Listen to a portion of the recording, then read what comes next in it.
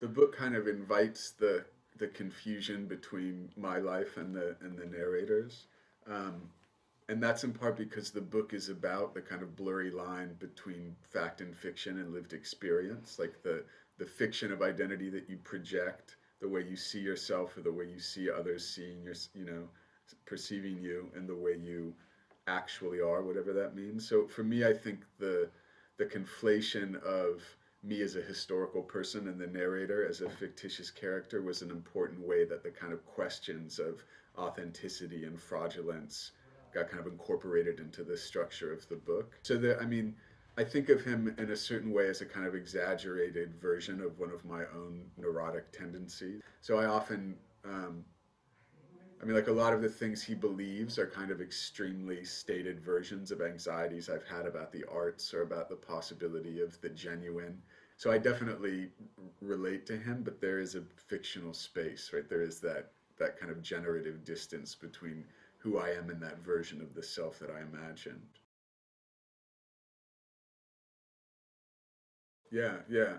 I mean, one of the ways that the book is ironic is precisely in that sense that he claims he's never going to write a novel. I mean, if you believe Adam Gordon when he says that he doesn't have any real literary ability or any real literary interest, the question is kind of like if you think the novel itself is evidence of literary ability and literary interest, because if you do, then it ironizes his claims not to be a serious writer, right? It kind of betrays his claim to be fraudulent. So like he's committed to producing an image of himself as inauthentic as an artist, but actually he's quite ambitious. But he wants to kind of protect himself from being responsible for the work that he produces.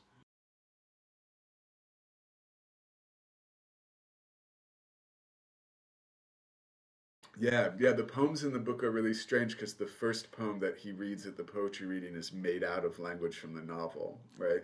Um, which wouldn't really be a poem he could have written, right? Because the novel comes after that event. So it's a way of it's another order of unreliability for the narrator that calls into question the accuracy of his reporting. But then the second poem is a poem of mine from my first book of poetry. But the poem really kind of changes dramatically in the context of the novel. Like it's a very different poem in the context of the novel than in the book of poems where it appeared. And for me, like one of the things I'm most interested in about fiction is like how you can take works of art and put them in novels and then kind of can build up a fictional world around an actual artwork. So I kind of wanted to see what would happen if I crossed once again the kind of as me, like as an author, and the Adam Gordon character as a kind of version of myself or whatever, and importing a real poem and making it function within the context of the novel was another way of kind of rendering problematic the border between fact and fiction. And also that poem is kind of about the disappearance of the author in a certain sense. So it kind of appears and disappears at the same time.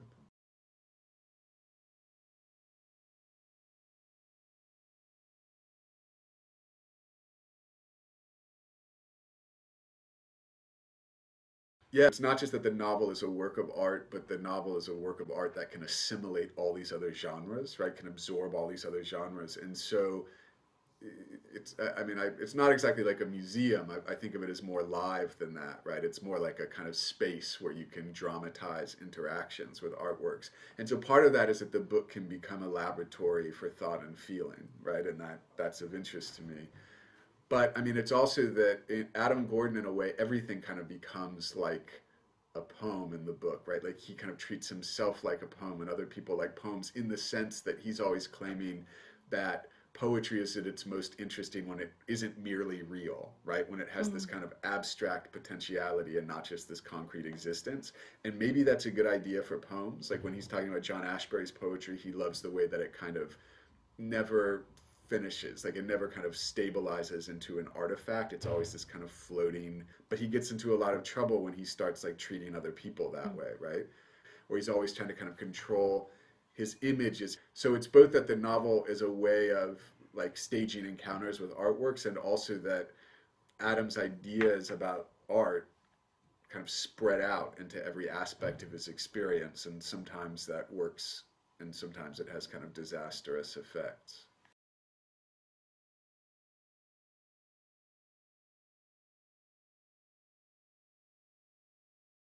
That's a really interesting question. I mean, a self-portrait in a convex mirror, like a version of myself that's distorted in a kind of meditation, like that poem is kind of a meditation on artistic method, like how accurately one can represent herself, or the kind of impossibility of doing that, and how history kind of enters even the most intimate portrait of a personality. So I think there are lots of ways that poem would be relevant, but although Adam Gordon is a version of myself, and although the kind of rhythm of his consciousness is really important, I think what I was trying to do was not really self-portraiture ultimately. Like, I was less interested in kind of revealing something about myself than trying to get at a structure of anxiety about the arts and contemporary experience that I think is shared.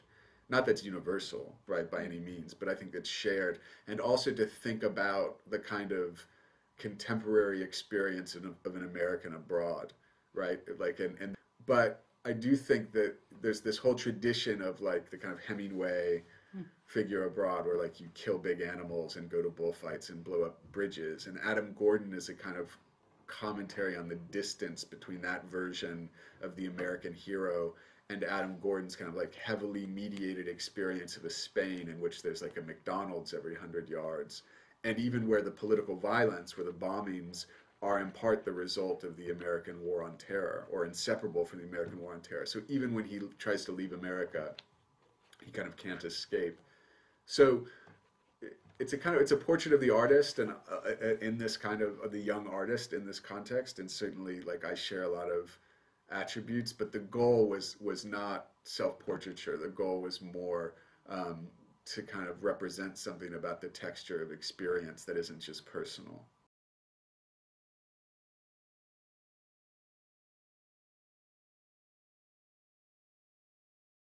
That's a good point. And I mean, the what he values about Ashbery's work is how it's a kind of mirror, how it like reflects your consciousness back to you in a way, so that you experience your own reading. You kind of like read your own reading as you move across his poems. So I think that's apt. And also like just the mirroring in the negative sense of how he's in this kind of narcissistic, kind of endless hall of mirrors, where he's often seeing other people only in terms of how he imagines they're seeing him, and it's this kind of endless regression of projections and simulations. And kind of one of the questions of the book is whether or not he finds any way out of that.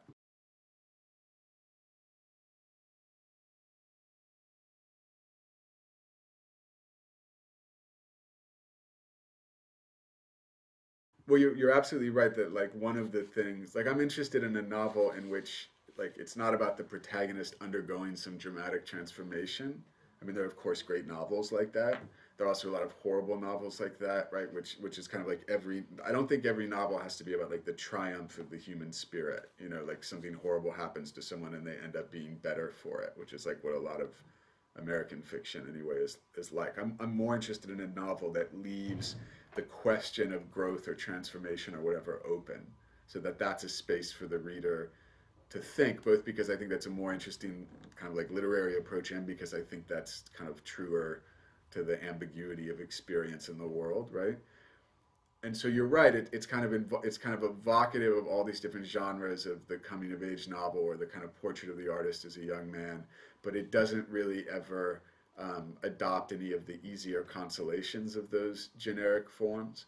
Although I also think that it's very contemporary, but I also feel like a lot of the kind of best novels in the canon do that too. Like I feel like it's not always clear what exactly has happened to the kind of, to Stendhal's heroes or anti-heroes or whatever. I mean, the events are clear, but the kind of psychological disposition isn't always clear. So I mean, it is like kind of a contemporary mashup and subversion of some of those genre expectations, but it's also in a way very traditional, because one of the oldest like ideas about the novel, right, and the novel in many ways used to be a much more radical form, right, is this question about whether or not you can be identical to your experience, right? Like, are you having real experiences, or are they just simulations? I think both. I mean, it's a kind of there are reasons why we're so obsessed with the possibility of authenticity, right? Like keeping it real. or like the kind of slippery distinction between reality and simulacra. But at the same time, I do think those are, if not eternal questions, like they're definitely ancient questions, right? About how you can tell the difference between reality and some kind of shadow. So I think that part of why the novel is a vital contemporary form, if people are ambitious about it, is precisely because the novel has this privileged vantage on consciousness, right? The novel can kind of represent the disconnect between an individual consciousness and the objective world, and the kind of way that reality, insofar as it exists, is always under kind of construction and reconstruction. So I both think it's a kind of contemporary general cultural obsession, and I think Adam Gordon is kind of like a special privileged case of that obsession, where he's been kind of given this education that seems most useful for him in terms of being able to kind of like deconstruct or reveal the fallaciousness of art, or the fraudulence of art. But the question is kind of like, what about the other thing, right? Like how does what he know or what he believes in, how is it going to actually help him make contact with something like authenticity? And it's also, I mean, his kind of strategy is very traditional in the sense that like it's Socratic, right? Like he achieves truth by being so ruthlessly honest about his dishonesty, right? Like that's his mode of sincerity in the novel. So, yeah, I mean, on the one hand, you know, the ancient Greeks didn't have like SSRIs and antidepressants and well, they did have tranquilizers, but of a different form, right? Like all these contemporary technologies of mediation make it very, very much in the present, and the political structure of kind of the saturation with all the mass media makes it in the present. But I also think it's a present version of concerns that are abiding and kind of across the centuries.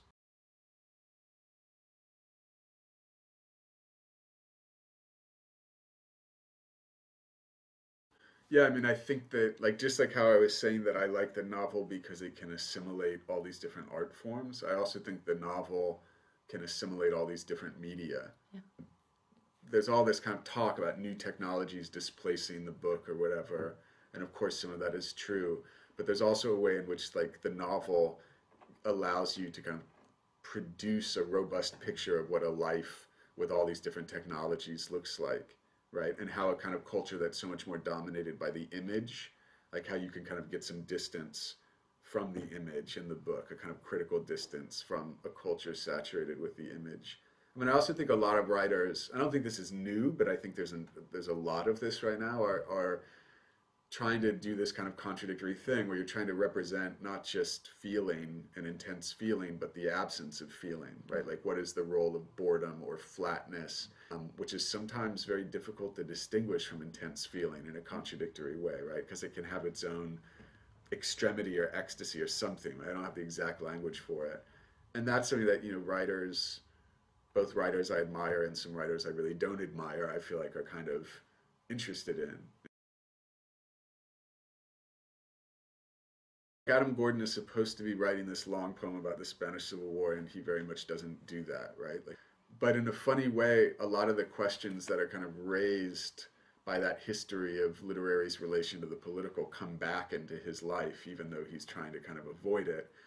Like when the bombings happen, it kind of raises more intensely the question of the relationship between historical violence and poetry as a reflection of the political, or as a technology for intervening in the political. Like, he has this kind of interesting take on it, I think, which I don't know if it's exactly my take, but I think I think it has something to it, right? Which is, he doesn't believe at all in the kind of traditional avant-garde claims for what art can do. Like the idea that like poetry can be a revolutionary weapon, he thinks is total bullshit, right? And he talks about how he can't imagine a poem, you know, ending the war in Iraq. He can't imagine poems stopping Franco from, you know, whatever. But when he imagines a world without poems, when you subtract the arts, even though he's very critical of the arts and thinks kind of all examples of poems are failures in a certain sense, when you take that domain of virtual possibility out of the world, he says that he would kill himself, right? He says he would swallow a bottle of white pills. And it's like, it's a subtractive account of how the arts matter, but it's kind of, I think, a powerful account even of their political relevance. Like they can't intervene directly in politics. They're not. That's the domain where we get to imagine something other than what merely is, right?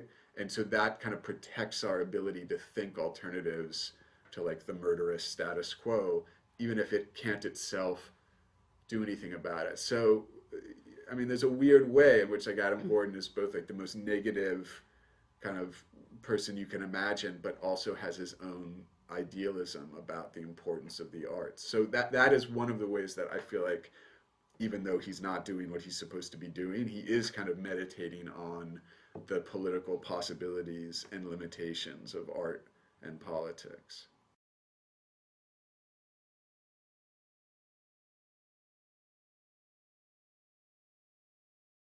I did know that. I did know that book and that passage, and I kind of can't remember what I had consciously in mind or not, but certainly like, but I always associate like that passage in Stendhal as changing the way that like war was written about in novels and kind of helping to break with the kind of romanticization of violence and well, not just violence, but of kind of like national heroics or whatever. And so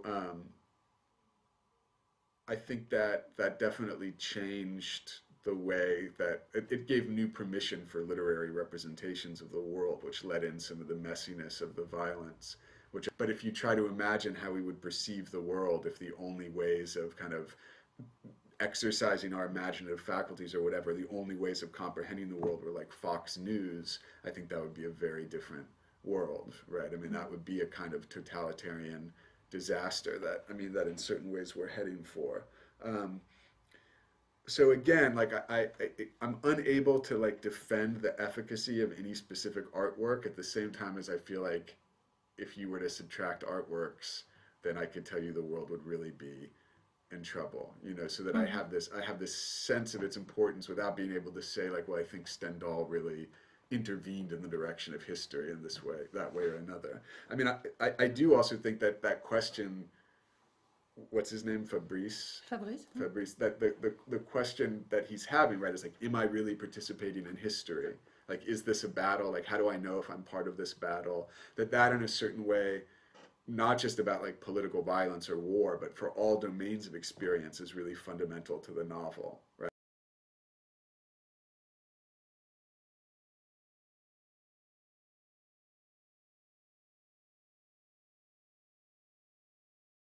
Absolutely right. It's interesting because I think sometimes when you're writing, you repress your sources, you know, because I might not have felt comfortable trying to like rewrite Stendhal, or there's stuff that I think is reminiscent of other novelists, but you only kind of like discover after the fact how heavily you were influenced, which happens to me in my poetry too. Like sometimes I'll think I've written something that doesn't have any like formal relationship to anything I've read, and then I'll discover that there was this poem I had read and forgotten, right? But forgetting just meant that it went into my unconscious and kind of did its work. No, I think you're right, and you put it really well. It's very intimately related to that. That's an interesting question. I don't know. I mean, the first thing I think of is I remember reading about Sartre's like ritual, like about how much speed he would do, how much kind of how he would use amphetamines in order to write. And I think Adam Gordon also is trying to kind of set up a little like these kind of drug-induced conditions for being an artist or whatever. I mean, I don't know what it would mean for a novel not at all to be interested in existentialism and its legacies. And I think The Stranger probably had a real effect on me when I read it when I was very young, like really very young, like one of the first novels I read. That part of what's interesting about a first-person narration is what the first-person narrator can't say or doesn't know. So that's certainly there. And I mean, the book is very concerned with how you either create your own identity in kind of problematic ways, right? I mean, you'd certainly say that Adam has no essence or claims to have no essence and is trying to kind of figure out if there's like an identity as an artist that he can inhabit without despair or without bad faith. So I think the like vocabulary of existentialism, which was an important vocabulary for me at a time, is definitely there in the way I think about character and the kind of projection of character, right? I mean, project, everyone in the US, I don't know if everybody does this here, talks about like their project, right? Which really I think comes out of, artists thinking that way comes out of existentialism to a certain degree. And Adam is kind of always joking about his project, right? Like, and one of the questions of the book is kind of like whether or not there's a serious project being undertaken. You know, like, is he really like working out his identity and thinking deeply about questions about the arts, or is his project just this fraudulent, you know, hash-filled wasting of the government's money? I mean, it's probably both. You know? I think irony. I mean, I think of irony as like the way of moving between the tragic and the comic, right? Like, irony is what keeps it from being merely one or the other. I don't mean like irony just in like the vernacular sense, but in the idea that, like, for example, Adam claims that there are all these reasons to despair, but the book itself maybe is an argument for that he does find some possibility in writing. You know, the irony of the statement that he's never going to write a novel. But I think that the comedy, the humor of it, and kind of the humor in writing generally for me is one way of experiencing a space of possibility beyond what's merely real. Because like laughing at the absurdity of our contemporary circumstance indicates that you can imagine some alternative, right? That it's a construct, and it's often ridiculous. I guess I think of irony as the thing that keeps shuttling between tragedy and comedy, but it gives you a way of thinking about how reasons for despair can kind of be turned into their opposites, right? Yeah, it's a good question. It's a useful question for me. Because like the new book I'm writing, the new novel that I'm finishing, is kind of a move from a lot of the ironies in leaving the Atocha station to a different kind of bid for sincerity. I mean, it still involves plenty of irony, but it's trying to kind of move out of the kind of solipsism of one narrator into a kind of openness to a greater diversity of stories and possibilities. I was actually really resistant to writing the first novel, like for reasons I can't fully understand. I really thought of myself as a poet. I was like really resistant to certain kinds of fiction and conversations about fiction that I saw as dominant in the US, and not just like dominant in the mainstream, but even amongst more like experimental writers or whatever. I was kind of like surprised to find myself being pulled in that direction. And then after I wrote this novel, I thought like, okay, like I'm a poet and I wrote a novel, that happens, poets do that. But then the kind of book that was available for me to write, like the thing that happened when I sat down and write, became another novel. And I think it kind of goes back to that thing about the absorptiveness of the novel as a structure, where like a lot of the interests I have in poetry or visual arts, I can write into the novel. It becomes a kind of macro structure for all these other areas of interest, and then part of the compositional challenge and what's exciting is figuring out how to put them into a whole. I think it's the elasticity of the novel and how it can assimilate other forms is both like its greatest promise and to a certain degree its threat, because you can kind of fall apart, it can fall apart into formlessness. But, the new novel I'm writing has like a long poem in it, so even writing the novel, I'm still writing a poem, and it has like passages it talks about artworks that kind of I've written both in the novel and stuff that I was thinking about writing art criticism, which I do some. So I don't know, maybe this next one is my last one, and maybe there'll be a third one. I think that like as or more important than the events that a novel describes is the event of its language itself, like the sense of the sentence as an event and as an event of form and of consciousness. So for me, yeah, I mean, before I knew what I was doing with the novel, I had a kind of rhythm of syntax, like a kind of rhythm of this guy's thinking in my head, and that rhythm is in a way like what wrote the novel as much as any plan I had, right? Which was kind of letting the prosody of that thinking expand across the pages. And then the book is, as you say, very much a meditation on language and linguistic displacement. I mean, sometimes Adam Gordon's like being lost in a foreign language is this like moment of rich possibility, right? It's like a rich poetic ambiguity where he hears all these multiple possibilities in the language, and at other times it's just terrifying, right? And I mean, I feel that way in English a lot of the time. Like, I think it's a condition of any language, even if you speak it fluently. There's always an excess of meaning and possibility in an exchange, and that's really exhilarating, and it's also really confusing. So, I mean, I believe in that kind of, at this point, it's kind of like a cliche, but that Wittgensteinian idea that to imagine a form of language is to imagine a form of life. I mean, language is the one inexhaustibly interesting and mysterious thing for me. I mean, it's just so primary in my experience that I'm almost bad at explaining why it's so important, because it's like the given, it's consciousness, it's the possibility of the social to me, yeah.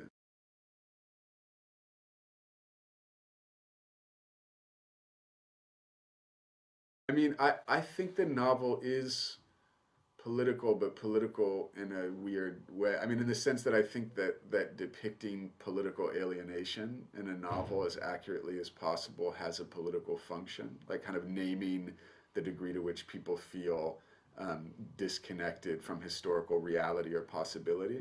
So the novel isn't at all like programmatic, right? Like it's not like a blueprint for action, or the novel doesn't make any claims for what it can accomplish. But I do think that it tries to vitalize or kind of make felt certain contradictions in the moment. And I kind of actually think that like the really intensely felt representation of contradictions in fiction has a political function, right? I think it is important, and I think when the novel is really reactionary and embarrassing, or worse than embarrassing, or when people write novels that are all about smoothing over contradictions and creating easily digestible, likable characters with whom they can identify. So I don't think it's necessarily a radical act to produce a novel that tries to track all those different forms of alienation and little glimmers of possibilities of connection, but I do think of it as a political novel all the same.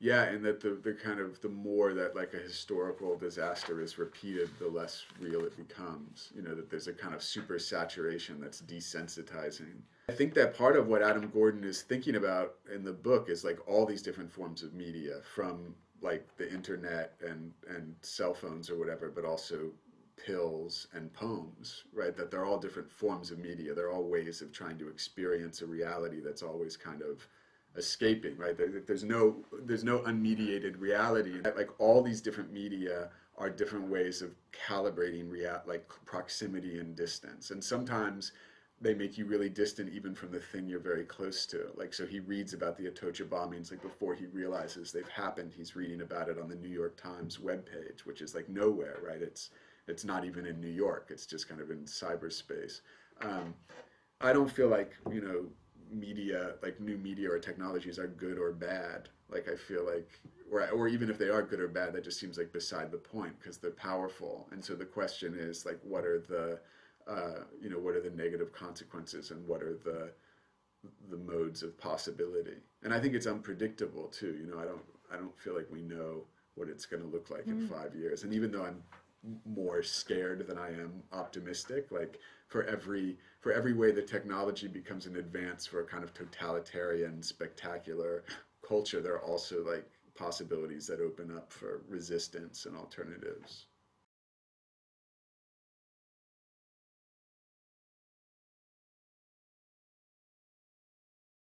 I mean, I'm sure that many people in many countries feel this way about Americans, and not just Americans, but kind of Americans in particular. This idea that Americans and American artists are kind of like they see other countries as material, right? Less as kind of life itself, and more as material for like the production of their own genius. And in Spain, there's this historical tension which has to do with all these like American students or whatever, and not just students, but all these Americans who go to Spain to study fascism, to study Franco, and somehow Americans have convinced themselves that the United States was really opposed to Franco, you know, but in fact, as a kind of counter to Soviet influence, we were like very supportive of Franco. So a lot of Spanish people I know are very tired of like the next American student who's coming to write about how things went horribly wrong in Spain, you know, while kind of American style capitalism or imperialism is doing what it's doing. This kind of like obliviousness to history that manifests as this feeling of historical superiority amongst novelists, historians, or whatever. So yeah, Carlos, who's also his kind of rival, who he feels very jealous about, is, I think, making a joke about the American like experiencing history merely as material for his art and thinking that he understands it and can shape it into a book. And I think it's a smart dig for him to say. Like, it's the kind of thing Adam Gordon most wants to avoid being accused of. I don't know how it really works in France in this language, but in the US, experimental means kind of like avant-garde. He's kind of making a joke, a kind of sad joke in a way, about how he's experimenting with drugs and all these identities and all these social situations, and he kind of is always experimenting and never actually maturely inhabiting any particular present. And so he's kind of an experimental writer, but instead of it being this like valorized avant-garde sense, it's in this more kind of fraudulent sense where he just treats everything as a kind of game or something. But the thing about Adam is that about that narrator, is that he's so unreliable that even his self-criticism is unreliable, right? Like, he always claims not to speak Spanish and not to be a real poet, but there are these apparently very intelligent people around him who keep saying, like, you do speak Spanish, like, when are you going to quit pretending to be a fraud, right? And of course Teresa's like, I'm translating your poems, they're of interest to me, like, why do you keep pretending that you're not serious? So in a way, I think, as you read the book, I think you might come to doubt his own self-deprecation, that might seem like another strategy that's protecting him from having to feel like he's actually trying, you know, that so he kind of claims, he puts himself down as a way of trying to prevent having to take himself seriously, but other people tend to take him seriously. I mean, definitely a lot of the writers that have mattered most to me, both in fiction and poetry and other kinds of writing, are associated with the avant-garde in one way or another. But I'm also really kind of tired of the self-declared avant-garde's repetition of vanguard gestures, as if to do what was done in 1912 or whatever in 2014 is the same thing. And there are a lot of things that are considered avant-garde or experimental that I think are just kind of lazy. But, you know, I think to really be an ambitious writer, you have to kind of refuse both the mainstream conventions and the kind of official avant-garde culture, right? They're both traps, and you have to kind of, you kind of have to write, you have to kind of, you have to kind of move against or away from both at the same time somehow. So, I mean, I think any serious writer is an experimental writer. I mean, they have to experiment and find a form that's appropriate to the work, and they have to discover something in the act of composition. But I do think that what it means for fiction maybe is, like in the kind of normal conversation in the US, is that you're not just interested in plot.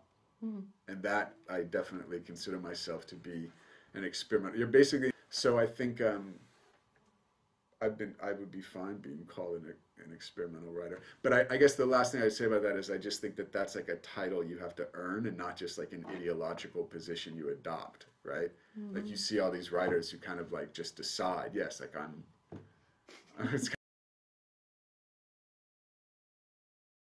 most of my influences in the US are poets, really. And a lot of the prose that's influenced me that I've read in the US is not American prose. You know, it's writers like Sebald or Bolaño, and also I've always felt this permission with prose to just read in the past as much as I read in the present. I mean, there is great stuff in the present. I don't mean to sound totally negative, but there's just also a lot of garbage. And the novel was such an outrageous, ambitious, you know, like Tristram Shandy or something is like a crazy, brilliant book, and then you read a lot of like what passes for ambitious fiction now, and it's just like it's like television. It's like and I like television when television's good, but I don't need to get my television from books. Like I can watch HBO, you know. I mean, Sebald is maybe a recent book of everybody loves Sebald, so you feel like when you mention Sebald, it's kind of a cliche, but he really made me think about what ambitious writing could look like now, even though we're of course very different writers. But I was also, you know, influenced by Bernhard's writing, and I mean, I've been very influenced by Virginia Woolf in this new book, even though it doesn't sound at all like Virginia Woolf. So I don't know. More and more, I feel like I don't even like we were talking about Stendhal. Like, was I aware of that passage? It's kind of like I sometimes think I'm the last person who really knows my influences. You know.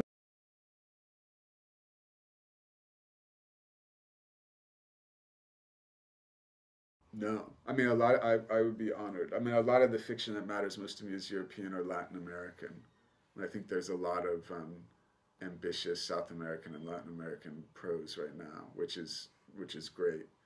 I mean, they're great Americans too, but I think that when we talk about American writing, in part, like what America often means is just a kind of blockbuster commodity, and that's of course true everywhere. I mean, it's not just like an American phenomenon, but insofar as we mean that, like literature that's kind of made, even literary fiction that's kind of made for a certain kind of consumption, right? Where the book seems like crowdsourced in advance. It's kind of like the book's like written to please an audience that exists, as opposed to a book that wants to produce a new experience for a reader that may or may not exist yet. Like that kind of stuff I hope to avoid. I hope to never write a book like that.